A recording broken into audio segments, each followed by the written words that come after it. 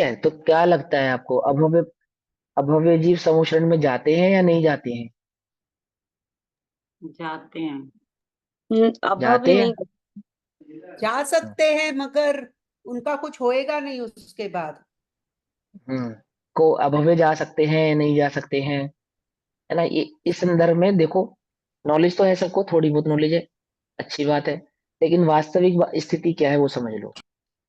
जब किसी जीव को अभव्य कहा जाता है, तो वहां अभव्य कहने के दो मतलब होते हैं, एक मतलब नहीं होता। ठीक है, किसी भी जीव को अभव्य कहा गया तो वहां अभव्य कहने के दो मतलब होते हैं। ध्यान से समझना इस बात को बहुत। एक तो अभव्य होता है जो जीव कभी भी मोक्ष मार्ग में मोक्ष को प्रकट नहीं करेगा, सम्यक दर्शन को प्रकट नहीं करेगा, जिसको अभव्य कहा जाता है। ठीक।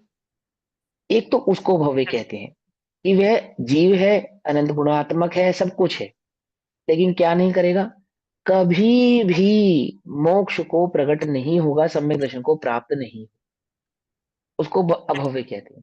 और जिन जीवों में मोक्ष मार्गों को प्रकट करने की योग्यता है, सम्यक दर्शन को प्रकट करने की योग्यता है, वे सभी जीव भव्य कहलाते हैं। एक तो ये परिभाषा है। ठीक है। और दूसरी परिभाषा तात्कालिक समय की अपेक्षा से होती है कि जिन जीवों को देव शास्त्र और गुरु के प्रति, मैंने देव शास्त्र गुरु के प्रति श्रद्धा नहीं होता, देव शास्त्र गुरु के प्रति मम उनके प्रति अनुराग नहीं होता, वे जीव अभव्य कहलाते हैं। जिनको यहाँ पे अभव्य कहा जा रहा है, जैसे फॉर एग्जाम्पल मारीच, जिस समय भगवान का विरोध कर रहा है, उस समय लोग उसको अभव्य कह रहे हैं, लेकिन वास्तव में वो अभव्य नहीं है। मेरी बात समझ में नहीं आ रही? तो कौन से जीव समोचरण में नहीं जा सकते? इस सभी जीव भव्य हो चाहे अभव्य हो, सभी जीव समोचरण में जा सकते, सभी जीव समोचरण में जाते हैं, सभी जीव दिव्य ध्वनि भी सुन सकते हैं, ऐसा नहीं है। और भव्य अभव्य जीव दीक्षा भी ग्रहण कर सकते हैं, और अभव्य जीव 9 अंग 11 पुरु का पाठी तक भी हो सकते हैं। अभव्य जीव को 5 लब्धियों में से 4 लब्धियां भी हो सकती हैं। ठीक है ना?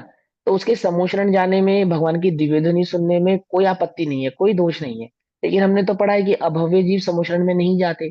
तो किन कौन से अभव्यों की वहां पे बात हो रही है कि जिन्हें देव शास्त्र गुरु के प्रति उस समय, उस तात्कालिक पर्याय अवस्था में श्रद्धा नहीं होता, अनुराग नहीं होता, उनके प्रति उनको सम्मान नहीं होता, ऐसे जीव समूह शरण में नहीं जाते। अभी देखो ना, अभी भी जिन जीव अपने घर में कैसे कितने जीव हैं जो मंदिर नहीं जाते, क्या कहलाएंगे वे? अभव्य। कहलाएंगे, सीधी सी बात है। कितने, अब अभव्य कहने का मतलब ये नहीं कि उनको कभी संवेदन प्रकट नहीं हो सकता, ऐसा नहीं है। एक समय पहले, कुछ समय पहले हम भी अभव्य थे, क्या? थे या नहीं थे? कुछ समय पहले ना हमें स्वाध्याय से अनुराग था, ना जिन भजन भक्ति से अनुराग था, ना नक्की। जिन पूजन से अनुराग था, नक्की। और ना ही कोई भगवान का कुछ मतलब था। क्या था? अपना खाना पीना मौज करना, मस्त रहना, है ना? और कोई बुलाए तो डांडिया करने से नवरात्रि में चले जाएं, और करने तो कुछ करने चले जाएं। लेकिन मंदिर में मजाल है जो हम मंदिर के आगे से भी गुजर जाएं, लेकिन मंदिर के, तो हम क्या थे? हम्म। अभव्य थे। लेकिन आज हमारे ऊपर क्या नियम लागू हो गया? आज हम सबके लिए भव्य हो गए। तो ऐसी अवस्था, जिनको देवशाद गुरु के प्रति उस अवस्था में, उस अवस्था विशेष में भगवान के प्रति अनुराग नहीं है, सम्मान नहीं है ना, उनके प्रति भाव नहीं है, भावना नहीं है, उन्हें अभव्य कहते हैं। ऐसे अभव्य जीव जिन मंदिर या समुचरण में नहीं जाते। जैसे आजकल हमारे घर में कितने सारे अभव्य, हमारे आसपास कितने जैनी अभव्य हैं जिन मंदिर नहीं जाते। उस अपेक्षा से वहां पे ये बात कही कि समूचरण में अभव्य जीव नहीं। और भैया बाकी जैसे मंदिर नहीं जाते लेकिन अपने घर में बैठकर ही हम स्वाध्याय करते हैं, ध्यान कोई करते बात नहीं, हैं। देव देव शास्त्र और गुरु तीनों हो गए ना, दे तीनों हो गए ना। मंदिर नहीं जा पा रहे, कोई बात नहीं, शास्त्र के प्रति, गुरु के प्रति और भगवान के प्रति अंदर में भक्ति तो है ना, किसी कारण से नहीं जा पा रहे, लेकिन जिनको भक्ति ही नहीं है उनको अभव्य कहा जा रहा है। आगे अनुपुर जी, क्या प्रश्न है आपका? तो इसमें वो जाते नहीं है या वो जा नहीं सकते? जैसे अभी भी जो आपने एग्जाम्पल दिया, अगर किसी का हाँ, जाना ही नहीं है तो वो जाएगा ही नहीं। आ अब जाएगा ही नहीं, हाँ। तक तो उसकी एंट्री थोड़ी बार्ड है उसमें, तो इसका फिर इसमें क्या कॉन्टेक्स्ट लगेगा? जाते नहीं है, बस इतना ही है, जा नहीं सकते जैसा कोई नियम नहीं है। जिसको अच्छा। जाने की इच्छा हो सब जा सकते हैं, लेकिन अब वो जा नहीं सकते वहां पे। वो बात जो कहते हैं वो क्यों कहते हैं कि क्योंकि जिसको भगवान के प्रति प्रति राग नहीं होगा ना, वो कहीं ना कहीं श्रद्धा उसका नहीं है। उपयोग, हाँ उसका उपयोग कहीं ना कहीं भटकेगा। ठीक है। है ना, वो ऑटोमेटिकली, तो क्योंकि आप ये भी तो समोशन कह की रहे हैं ना कि 11 अंग 14 पुर तक का भी ज्ञान उन्हें हो जाता है, तब भी हाँ वो हो सकता मतलब, है, हाँ हो सकता है।